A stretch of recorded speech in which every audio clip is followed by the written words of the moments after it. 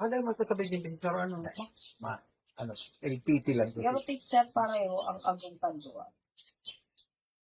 Basta nga yung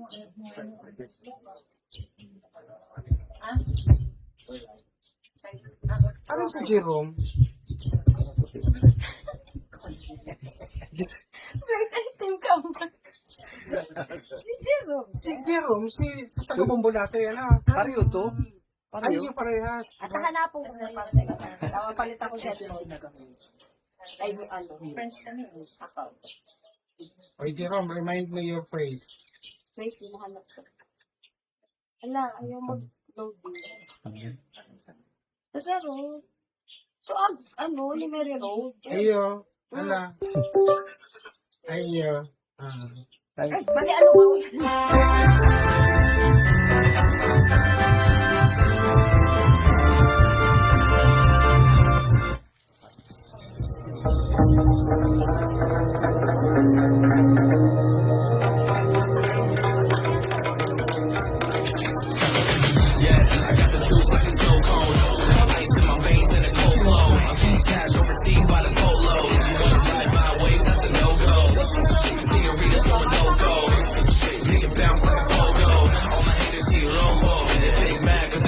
Short like Frodo. Activate the discord. I keep it hot, give your brain a heat stroke. You ain't a big shot, it's a basic B-roll. The world is mine, like my name's Pacino. Hey, it's Nico, I guess I'm back. Catch me in the fast lane on the right track. And my shorty is a 10 like a dime bag. Got me feeling like a Millie chicken price tag. Got the party jumping like Chris Cross. Got the gold chain and the wristwatch. Pull up on the scene like a big shot. EDM and hip hop, every type of pit stop. Got the party jumping like Chris Cross. Got the gold chain and the wristwatch. Pull up on the scene like a big shot. EDM and hip hop, it's my style.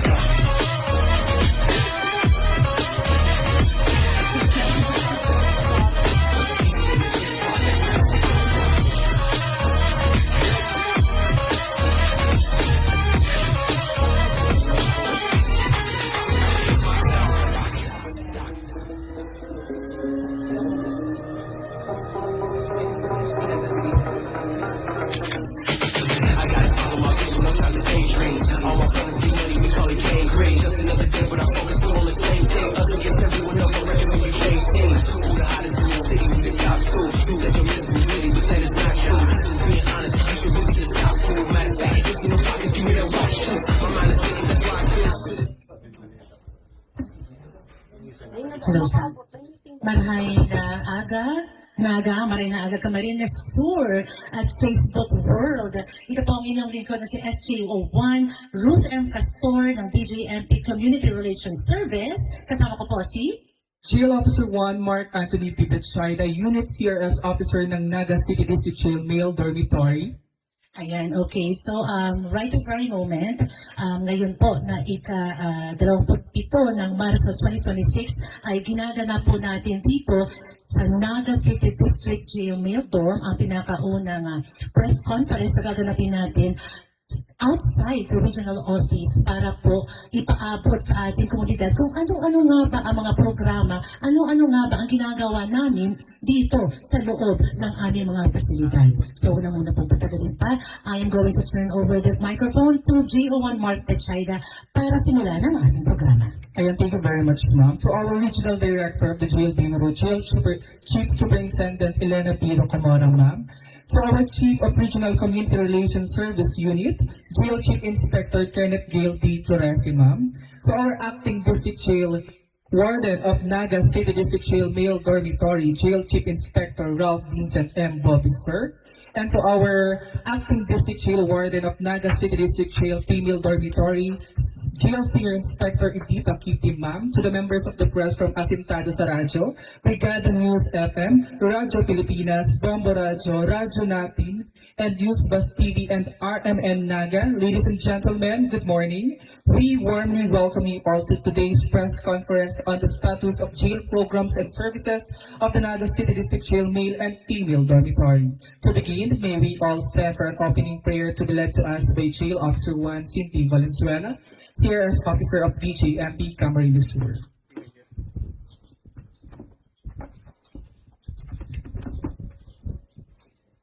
Let us bow our head and feel the presence of the Lord. Let's start with Almighty God, we come before you today with gratitude for this opportunity to gather. As we begin this press conference, we ask for your wisdom and guidance. May the information shared today bring clarity and understanding to the public. Bless the BJMP and the media that we may continue to work hand in hand for the truth and for the public service. May all these we do today contribute to the peace, order, and the common good. Amen. Please be seated, ma'am, sir. To formally open our program, it is my honor to introduce to you our BJMP officers who will set the tones for today's discussion. Ma'am. Good morning, Bicolandia and Facebook world. Sa ngalan po ng aming Regional Director na si Jail Chief Superintendent Elena Piro Camora, nagpapasalamat po kami sa oras na binigay ng ating media friends. And of course, huge thank you to the Warden of Naga City District Jail, Male Dorm, for facilitating this event.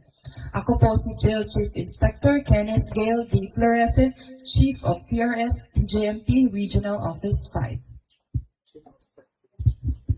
Maray na aga po sa Gabos. Ako po si Jail Senior Inspector Edita A. Kipte, Acting Warden, Naga City District Jail Female Dormitory. Nagpapasalamat po ako sa magandang panahon at sa imbitasyon na ako po ay nakasama ngayong press conference. Thank you po. Good morning, ladies and gentlemen. Ako po si Jail Chief Inspector Ralph Vincent Cobis, ang tumatayong acting warden ng Naga City District Jail Male Dormitory.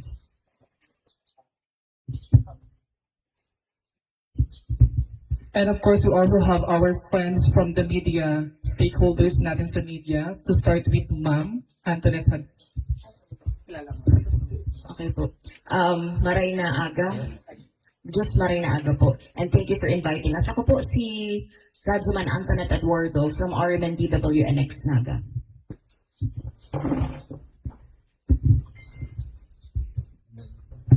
Good morning, everyone. I'm Bombo Jane po from Bomborazo, Legazpi, acting officer in charge ng Bomborazo Naga to be exact.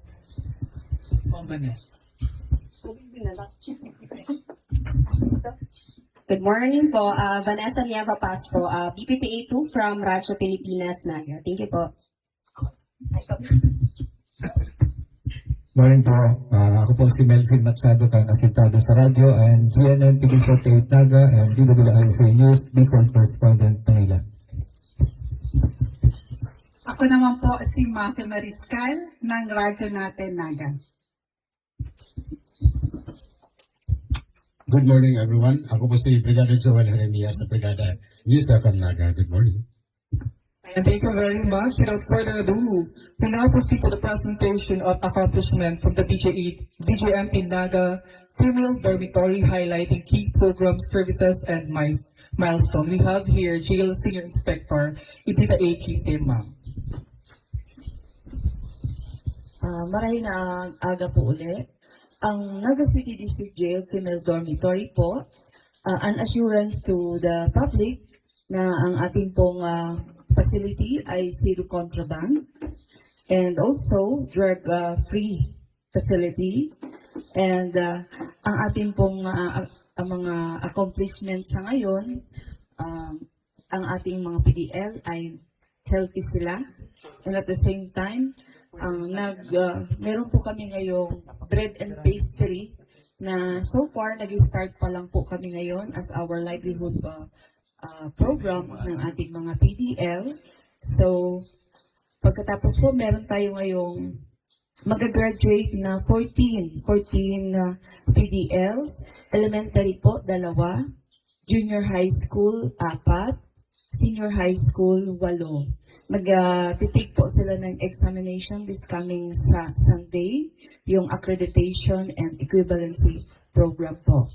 So, ang Naga City District Jail po ay nagpapasalamat kasi po part po kami doon sa YAKA program ng ating local government unit na kung saan nagkakaroon tayo ng monthly consultation with the doctor of the local government unit of Naga na assess po ang kalusugan ng ating mga PDL, and at the same time, pati yung mga kailangan nilang gamot ay nabibigay po ng ating local government unit.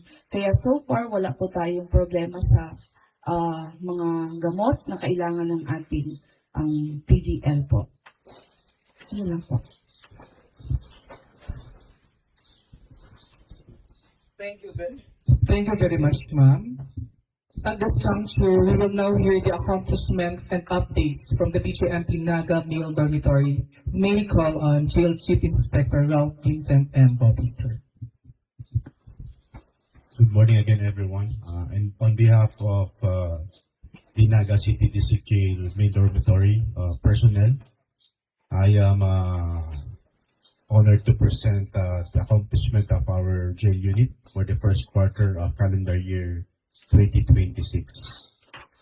For the past 3 months, our facility remained steadfast in upholding its mandate of ensuring security custody while promoting welfare and development and rehabilitations of persons deprived of liberty.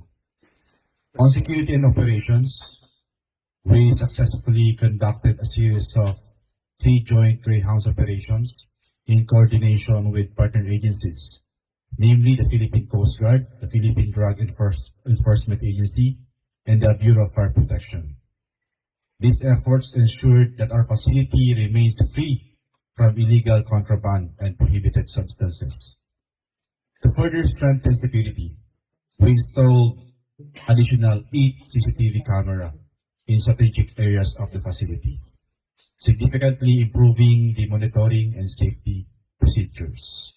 We also ensured operational readiness through the repair and maintenance of our transport vehicles. On welfare and development, we implemented skills training programs in partnership with TESDA, including siomai making and peanut butter production, directly benefiting our PDL by equipping them with practical and income-generating skills. In support of education, we strengthened our college education behind bars program through coordination with academic institutions, ensuring continued access to higher learning opportunities. We also conducted a weekly values restoration program, reinforcing discipline, integrity, and professionalism among our personnel and contributing to the values-driven work environment. On paralegal services, we facilitated voter registration for 90 PDLs, ensuring their right to suffrage is upheld. We also conducted multiple MSEC deliberations to process good conduct time allowances or GCTA for other time allowances contributing to the decongestion efforts and the fair administration of justice. Notably, we recorded a significant release through recognizance, marking a milestone in partnership with faith-based organizations. On spiritual and social development, we conducted various religious and values-oriented activities, including holy masses and administration of sacraments. A highlight of the quarter was the conduct of Kasalan sa Piitan last February 14, 2026, where 2 PDLs or 2 peers were legally married, strengthening family ties and promoting moral renewal. We also showcased the talents of our PDL through participation in multi and multiple art exhibit like the Arts Behind Bars that was held on January 2026 at the Oriental Hotel Legazpi, and the Kamotan Art Exhibit and Human Easel Project last February. All this promoting restorative justice and community awareness for our PDL. On community engagement, in the spirit of volunteerism, our personnel actively conducted outreach activities such as Love on Wheels, wherein we distributed goods and shared goodwill with the public. In addition, we carried out environmental initiatives. successfully planting 100 trees during a tree growing activity, contributing to the environmental protection and sustainability. We also sustained the weekly conduct of information and education campaign to criminology students of Naga College Foundation and Pili Capital College Incorporated. On partnership and supports, we strengthened collaboration with various stakeholders, including LGU Naga City, TESDA, Commission on Human Rights, and the ALG. We also secured support for the approval of 3-year PAPS plan from 2026 to 2028, ensuring sustained operational and developmental programs. On gender and development initiatives, we implemented several GAD-related activities, including skills training, workshop, and interagency engagement, promoting inclusivity and gender-responsive programs with our facility. Moving forward, for the next quarter, we are set to implement key initiatives such as the repair of our CCTV cameras, conduct of firearm proficiency training, acquisition of office equipment, improvement of jail facilities for health and livelihood, and visitation services, continued maintenance of our transport vehicles, and the upcoming activity for the Holy Week entitled Bicicleta Iglesia, Year 6. In closing, the Naga City District Jail Male Dormitory remains committed to ensuring a secure facility while advancing humane treatment, rehabilitation, and reintegration of our persons deprived of liberty. We will continue to strengthen our partnerships and pursue innovative programs to promote public safety, accountability, and community development. Maraming pong salamat, Naga City District Jail Male Dormitory. Okay, so narinig pa lang po natin yung mga accomplishments, yung mga programang nabanggit ng Naga City District Jail Female Dorm at Male Dorm. Okay, now we will be opening the floor for questions from our media friends. Kung meron po kayong mga tanong, now is the best time to ask. And magpakilala muna po kayo, no, bago niyo po tanungin yung ating mga officers. Okay, so who goes first?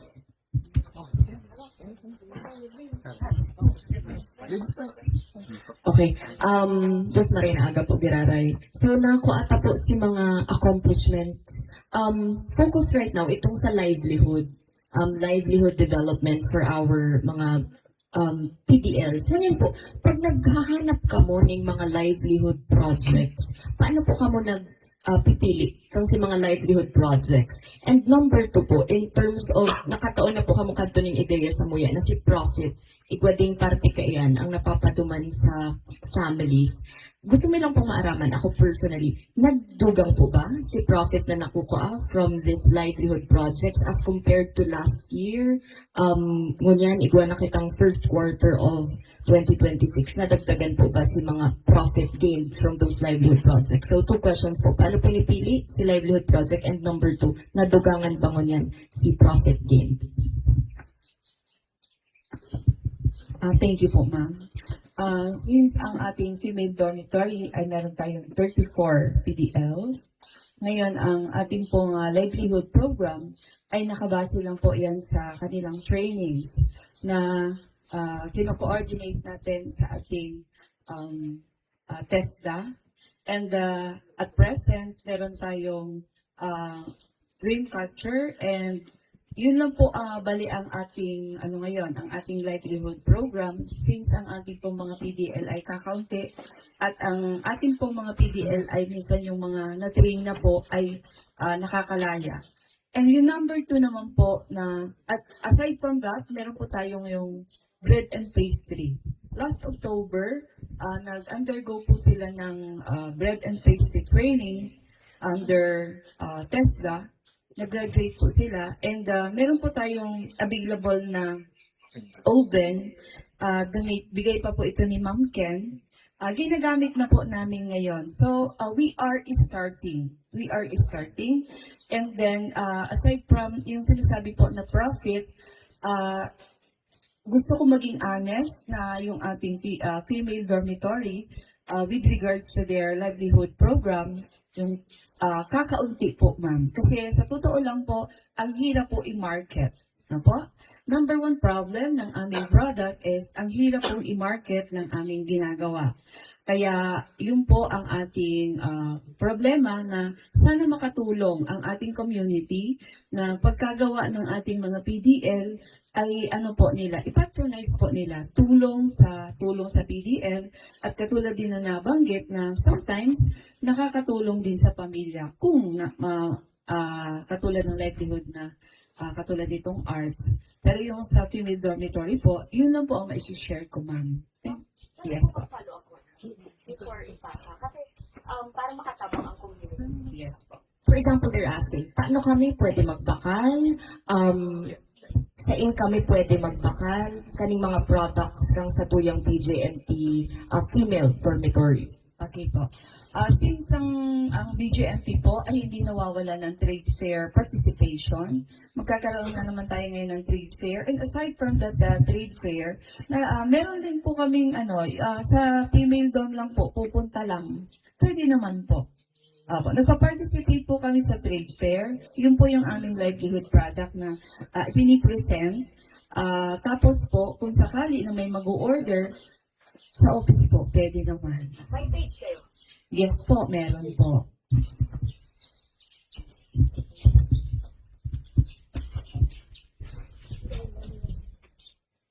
Hello ma'am, sa Naga City District Male Dormitory, for the first question, paano pinipili po yung livelihood products or livelihood activities na ginagawa ng ating mga PDL?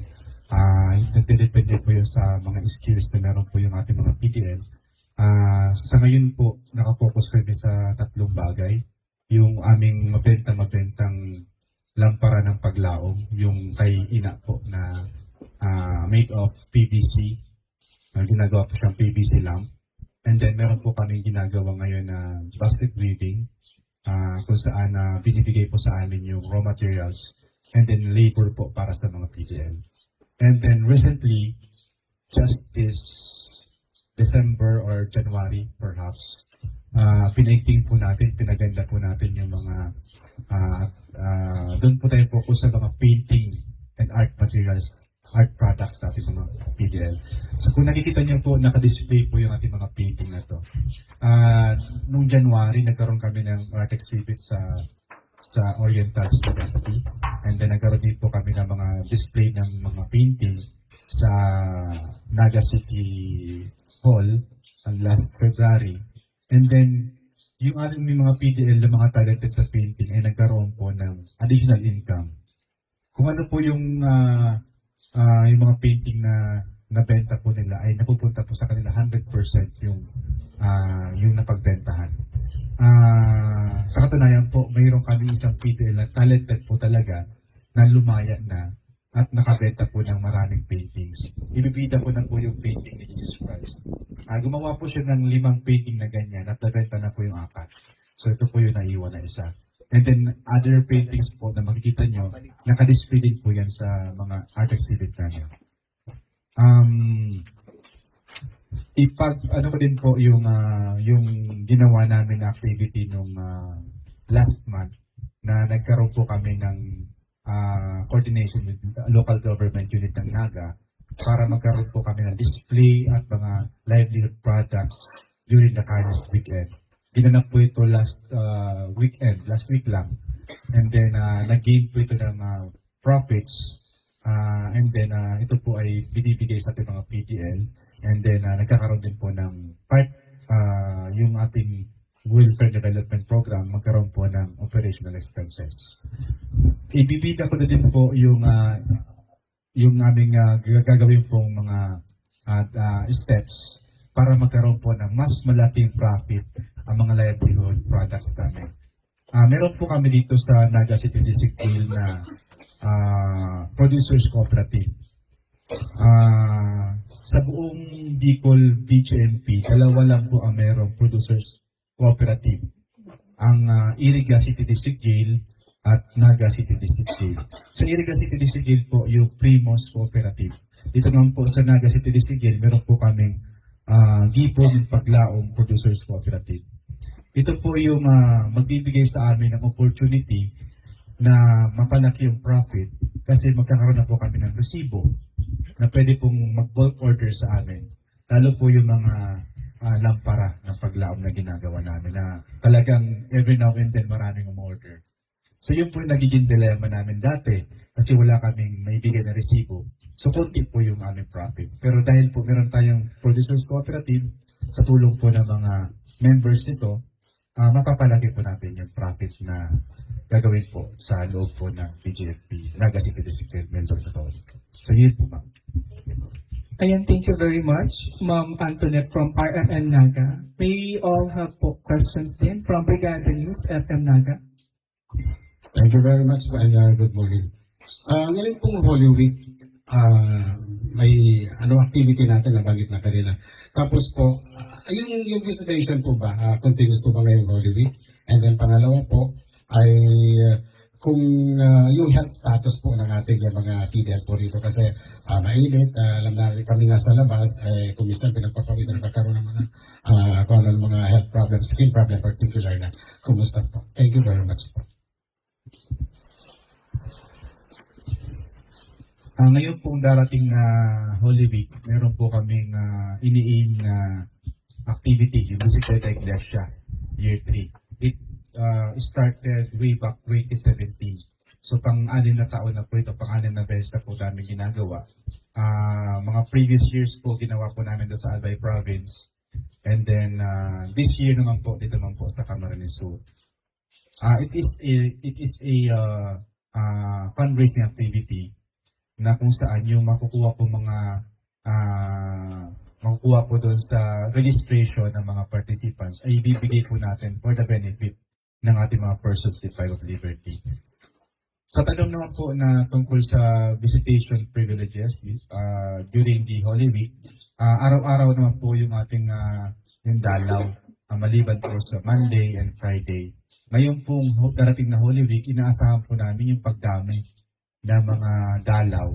So, gagawin po namin ng scheduling para kung sakali makita namin on the first day ng Holy Week na medyo dumadami, naka-red alert naman po kami niyan, pwede po namin gawa ng scheduling yung dalaw para magkaroon po sila ng mas magandang environment na hindi po siksikan during the Holy Week.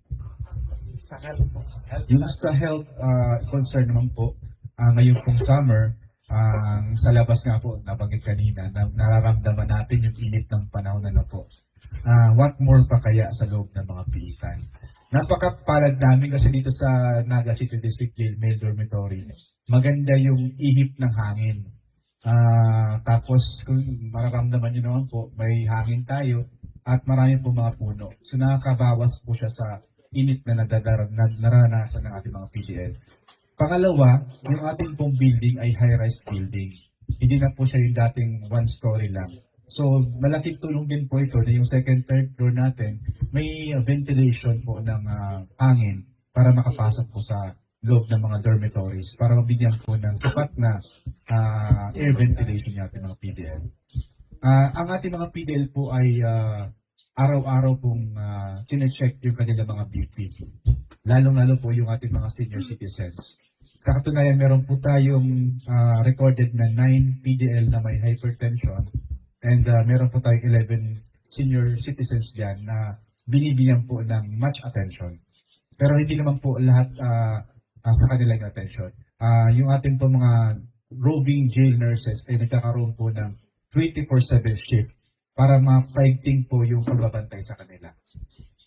Ngayong mainit po ang panahon, nagkakaroon din po ng mas mabilis na pagpalis ng pagkain. Kasi nga po sa humidity and then the heat coming from the sun and from this season.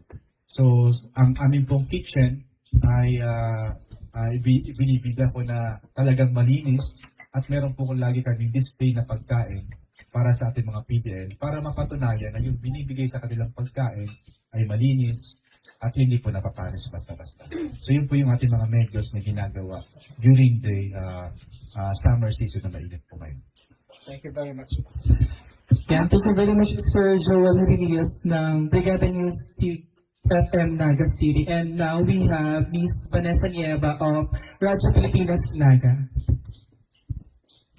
Good morning po. Siguro for the whole Bicol region, yung itatanong ko, since nabanggit po ni Jail Senior Inspector Kikte na yung ating female dorm ay YACAP registered na. Ngayon po, ilan po ba or halos lahat na po ba ng ating mga jail facilities sa Bicol region ay nakipag-partner na doon sa ating mga accredited YACAP facilities to ensure yung health ng ating pong mga PDLs? Pagdating po doon sa YACA program, accredited po hindi pa po talaga tayo independently accredited. Naka-anchor pa po ang female dormitory sa local government unit of Naga. So yun po ang ang Naga local government unit ng Naga ang pumupunta po sa amin. Nagkakandak ng medical mission, nagkakandak ng consultation, and binibigay po kung ano po yung mga gamot na kailangan, ma'am. Kinukuha na lang namin sa pharmacy ng local government unit ng Naga. Yun po, ma'am.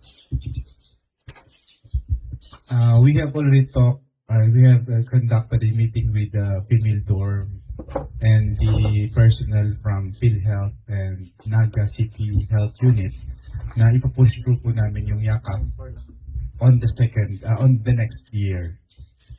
Sa ngayon po, ang meron lang pong YACAP PhilHealth program ay yung Albay Province. Particularly po sa Tabaco City District Jail kasi meron po tayo itong health facility.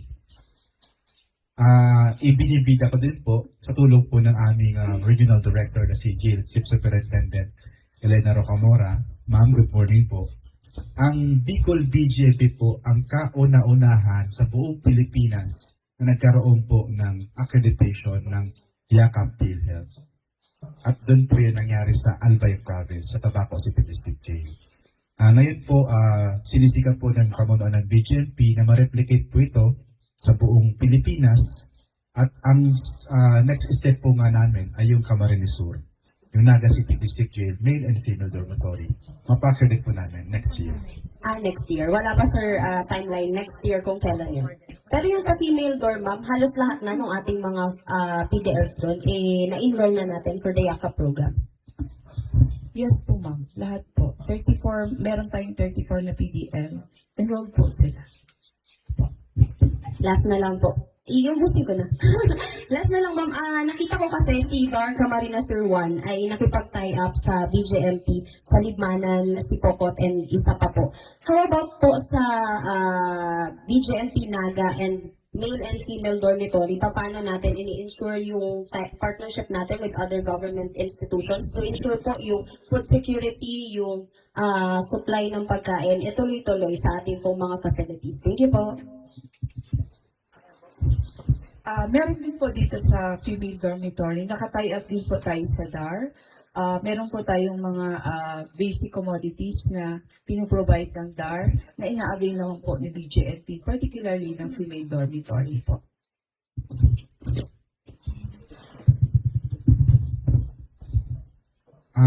Yung ating pong coordination with DAR, nagkakaroon po tayo ng memorandum of agreement na kung saan po every jail facility ay may pinirmahan na MOA na kung saan po mag-procure kami dun directly po sa mga farmers through ARBOS.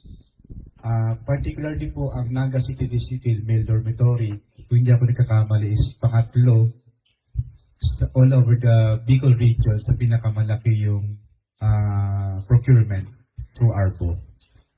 Maganda po itong practice na ginagawa namin kasi po directly po sa farmers yung aming procurement through the ARBO po yung cooperative nila.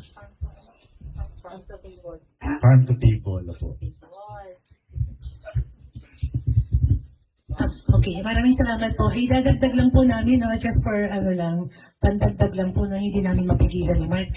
Okay, nung hindi nahiya lang siguro si Sir Bobby sabihin. Pero yung pinakaunang nasabi na pinakaunang accredited na yakap facility na nandun po sa BJMP Albay, ng panahon na yun, siya rin po kasi yung warden noon.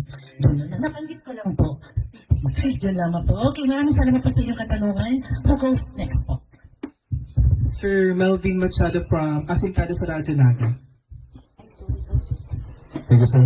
Sir, sa main dorm, sir, ilan ba yung PDL ng main dorm at ano ba yung mga, at least mga top cases na pinapasok? At kung ilan yun, sir, yung number ba nun, sapat pa yung ating facility para sa number ng PDL?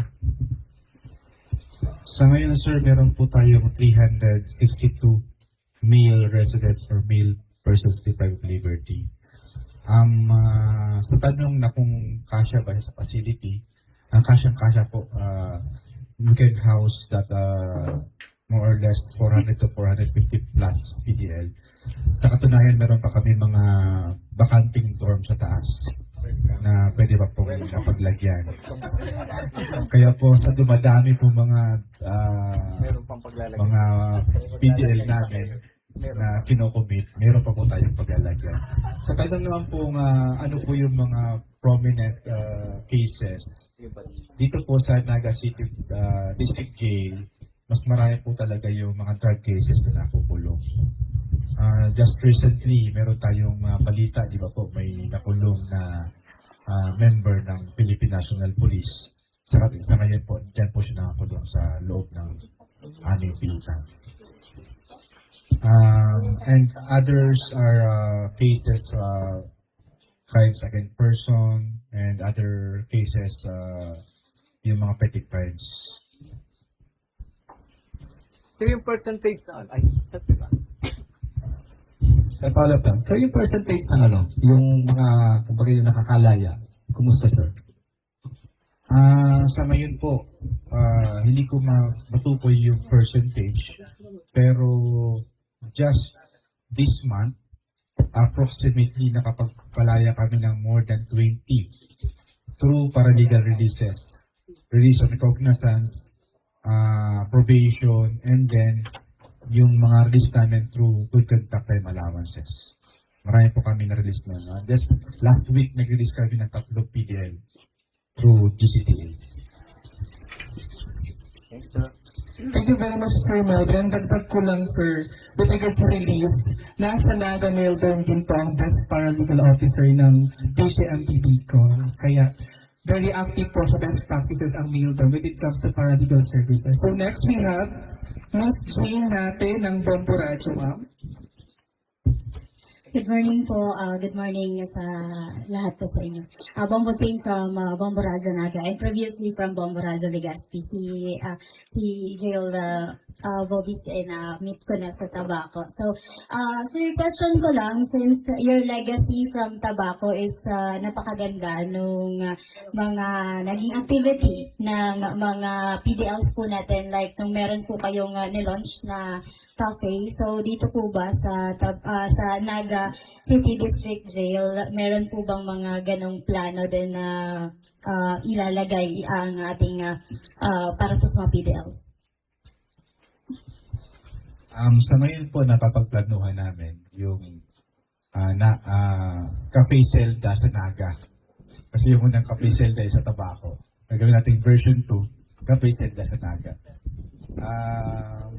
Nagkaroon kami ng brainstorming with Naga City Justice Zone.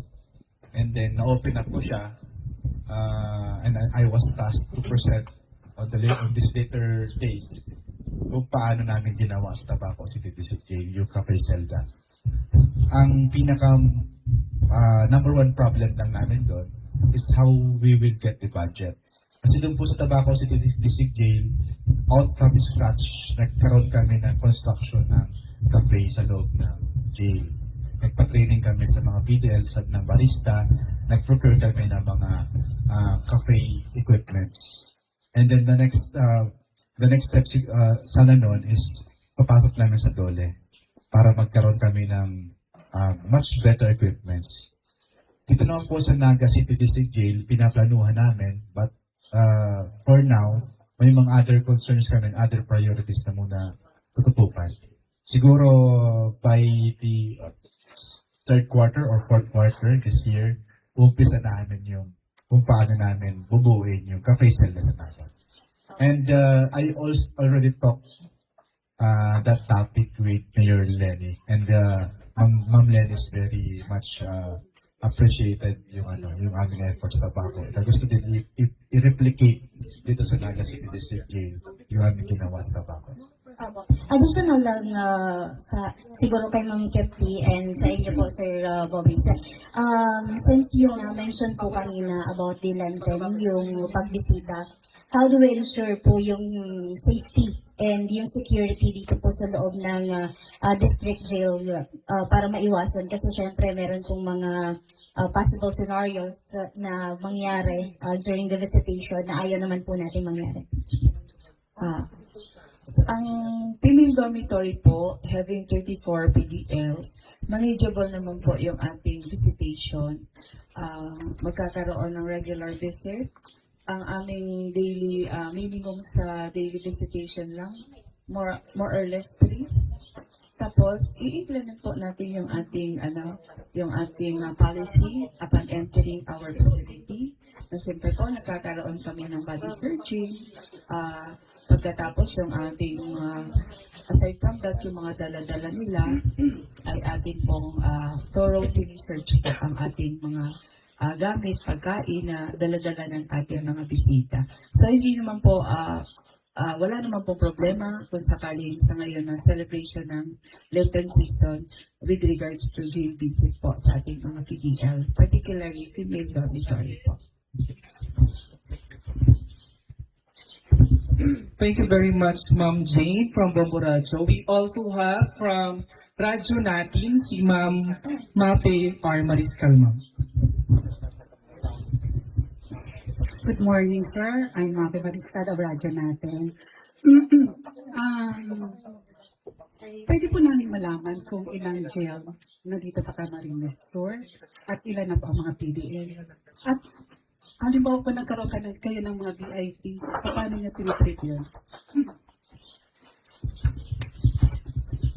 Dito po ma'am sa Camarines Sur, meron po tayong jail sa Sipocot District Jail, Lipanan District Jail, Tigaon District Jail, Iriga City District Jail, at Naga City District Jail. Yung mga municipalities po na walang jail facility, pinakluster po siya. So nagkakaroon po kami ng mga district jails. Meron tayong city jail, district jails, and municipal jails. Doon po sa tanong na, pwede ma'am yung pangalawang tanong po. Yung number of population natin sa Camarines Sur is 1,295 all in all. Regardless po yan kung female or male.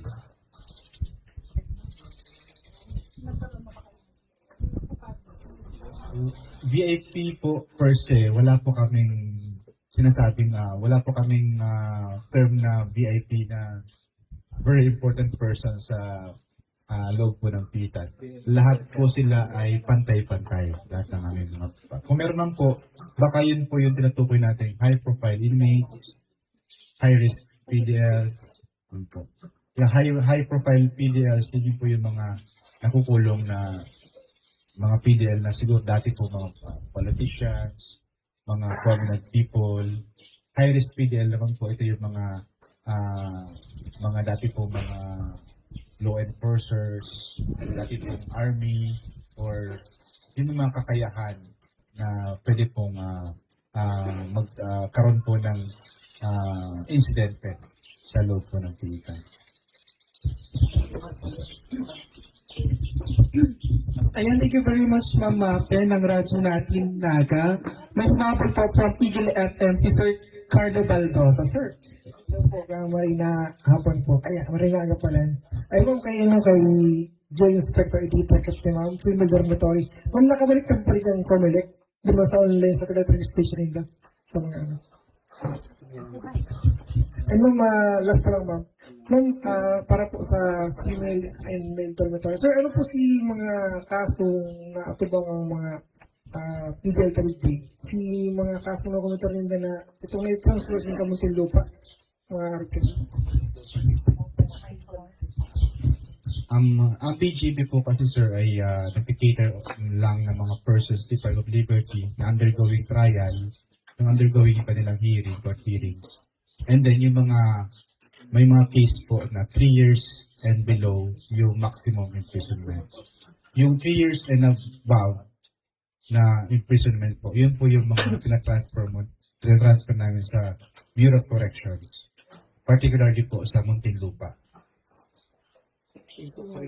Kapag sila po ay nasentensyahan na, that's the time na yun po yung queue namin para i-transfer po sila sa Bureau.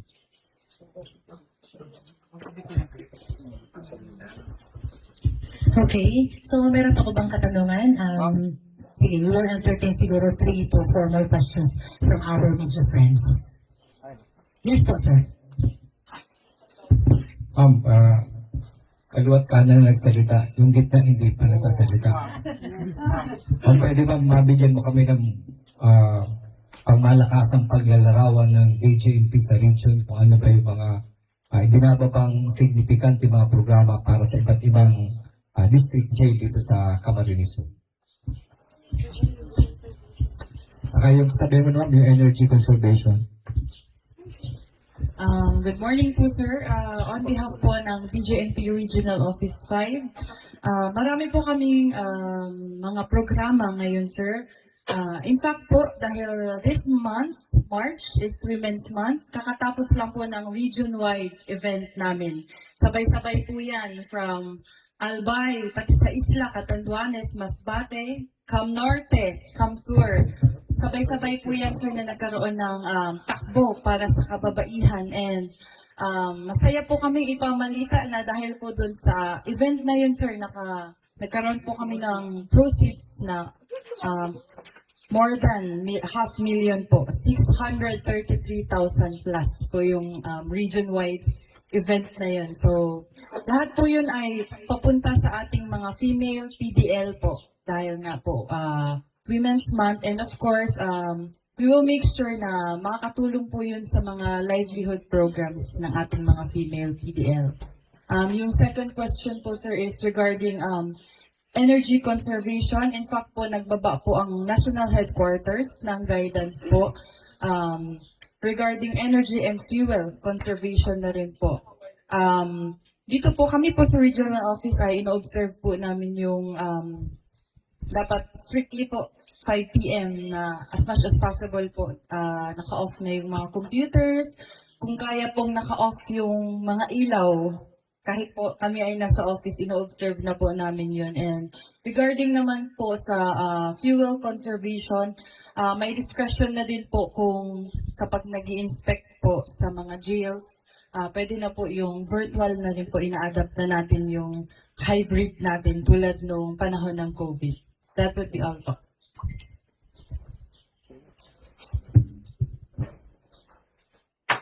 Ayan. Okay, maraming salamat. Thank you for asking our Chief Community Relations Service at chance para magsalita ngayong araw. Ma'am Ken, maraming salamat po. Alright, so sige, last 2 questions I think. Meron pa po ba? Kasi kung wala kayong tanong, kami ang magtatanong sa inyo. Oh, yes sir, from Brigada. Naisip ko lang. Paano yung, nandito po, okay pa ba yung pag bumibisita ito yung asawa? Ay may time for them for baby time? Thank you. Maraming salamat po, Brigada. I think we're talking about the conjugal basis. I'll give it to the wardens. Existing pa po yun, sir, particularly po sa ating jail unit. Hindi ko lang po alam sa female dormitory.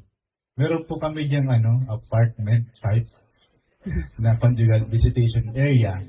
Siguro mga nasa 4 pa po yung aming gumagana na area for conjugal visits. This is strictly for married couple lamang po.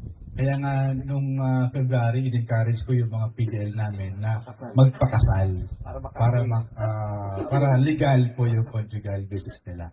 And then doon din po sa may mga certificate of cavitation na nakukuha po sa kanilang mga barangays. So yun po lang in-allowed namin for conjugal visits. May time. May time limit, sir. 1 hour po monthly. Yun po yung aming sinusunod per policy. Sa oras. Okay na yun.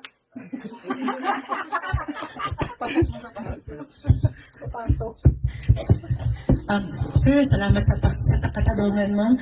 Okay. Okay na po ba? May mga katanungan pa po ba tayo? Isa na lang po kay Miss Universe. Ki ma'am, yung project po ninyo, yung takbo para sa kababaihan, paano ninyo yun i-divide? Yung profit, halimbawa, dito sa Naga City, ito yung profit na nag-gain, yun din ang mapupunta sa kanila, or equally divided yung profit? And sa livelihood projects po yun mapupunta, tama po? Dahil po ito ay region-wide event, ma'am, kung magkano po yung nakuha ng, for example, Albay, yung amount po doon na nakuha ay para sa mga kababaihan at livelihood natin sa Albay province. Same po with Kamsur, kung magkano po yung nakolect nila, mas magfo-focus po naman siya sa Camarines Sur. So, dahil meron po tayong 6 provinces at kanya-kanya po yun may proceeds. So, ganun po, ma'am. But, of course, that is monitored po ng ating welfare and development. Para ma-make sure po kung saan mapupunta, ano yung gusto ng mga wardens na livelihood program or products. And of course, ma'am, may submission din ng after activity report. I-monitor po siya kung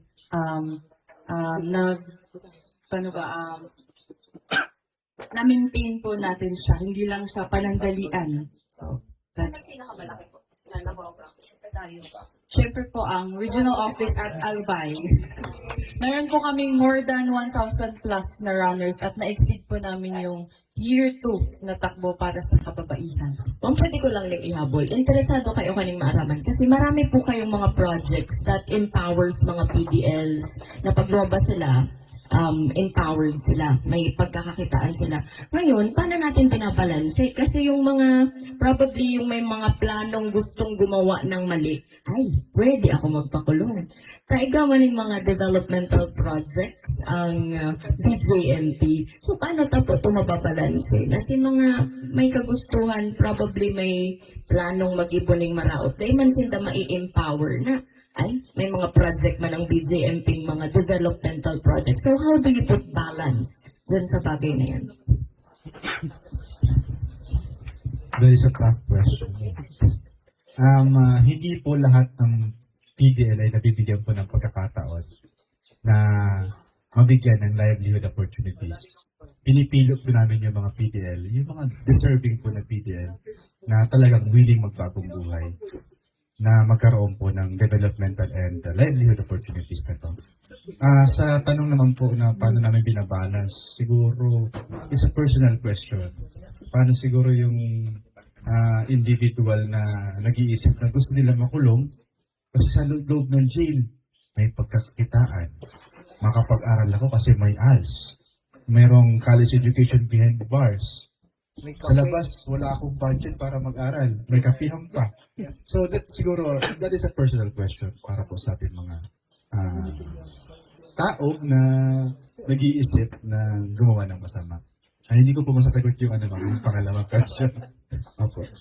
Pero definitely, yung ating mga livelihood opportunities and training programs, education programs, ay piling-pilit po yung ating binibigyan niya. Hindi po binibigyan sa lahat.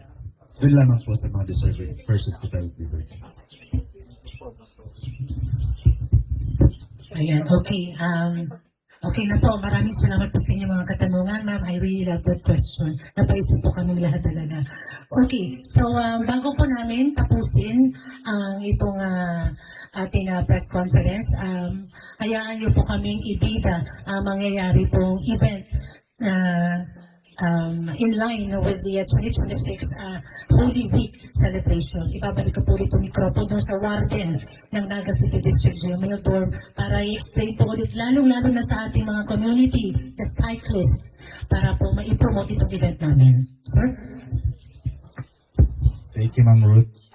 Very ito, no? Sa pagtaas ng ng gasolina at krudo, minamarapat namin na magkaroon ulit tayo ng biking community para makatipid tayo sa paggamit ng krudo at ng gasolina. So very timely itong ginawa namin na Holy Week Special na Bisikleta Iglesia Year 6. Actually, it has been going pre-pandemic times. And then, dala-dala ko po siya kung saan ako mapunta. So, nung nasa po ako ng regional office, kami po yung spearheading office, ang CRS, with Ma'am Road. And then, nasa po ako ng Tabaco City District Jail. Dala ko din po siya doon. Doon din po kami umikot. And then, ngayon po, nandito po ako sa Naga City. Minarapat ko po, dito din gawin yung Bisikleta Iglesia. We will be visiting 7 churches in municipalities of Camarines Sur, including Pili, Naga City, Milaor, and Inalabac. This will be a 46 to 50 kilometer route na kung saan hindi lang po magbibisikleta. Kami po ay magbibisikleta na magdinilay-nilay and then magdadasal with our intentions. Sa tulong po ng aming sakristan, CO2 Climaco, mayroon po kaming gagawin pong pakulo para po mas maganda yung pagdinilay-nilay ngayon pong Bisikleta Iglesia Year 6. So, inimbitahan ko po ang mga bike enthusiasts, pati na din po yung mga hindi na magkaroon po ng time ngayong Holy Week, April 4, Black Saturday. We will be starting here at the facade of Naga City District Jail Main Dormitory. Yun po yung starting line. Going po Carolina, papunta po sa Pacol, papuntang Sentro, Milaor, Minalabak, and then back to the jail facility. 46 to 48 kilometers ang estimate. So yun po, inibitahan ko po yung aming mga bike enthusiasts and bike beginners na magkaroon po ng time ngayong Holy Week. So may pabasa din, sir? May pabasa din dito, sir? Ongoing po yung pabasa sa loob po ng aming facility. Doon po sa ating mga persons deprived of liberty. And then meron din po silang way of cross sa Holy Week. Pinagpipinatensa dito, sir? Bawal po yung penitensya na wala po. Siguro po sa ibang pamamaraan ng penitence. Ito nga po yung naisipan namin, yung penitence is gawin na lang namin bike penitence. Hindi naman po para sa amin, para din po sa amin persons deprived of liberty.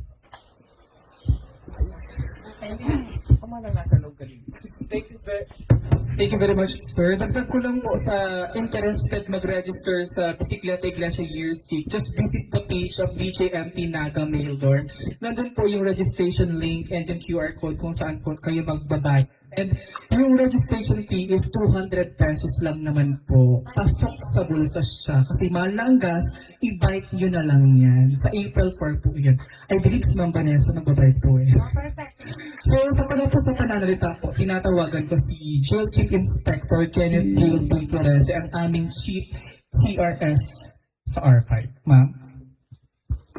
Maraming salamat po sa ating media friends. Si Ma'am Janessa Sevilla, Joel Jeremias ng Brigada, Sir. Bong Villacruz ng News Buzz TV, Sir. Maria Fe Mariscal, Ma'am, ng Radio Natin.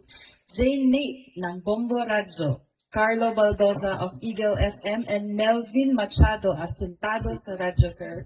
Once again, maraming salamat po, sir. Sir, ma'am, sa bawat accomplishment po na nagagawa ng aming jail bureau, kasama po namin kayo upang ipaabot ang mga programa sa komunidad.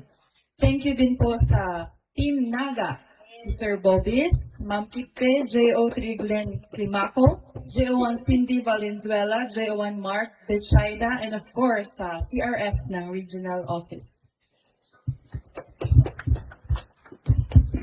Maraming salamat po, Ma'am Ken. At time check, anong oras na ba? Alright, time check is already 11:04 in the morning. Magpapaalam na po kami. Ito po ang katatapos lang na pinakaunang press conference ng PJMP RO5 Syllabus ng CRS.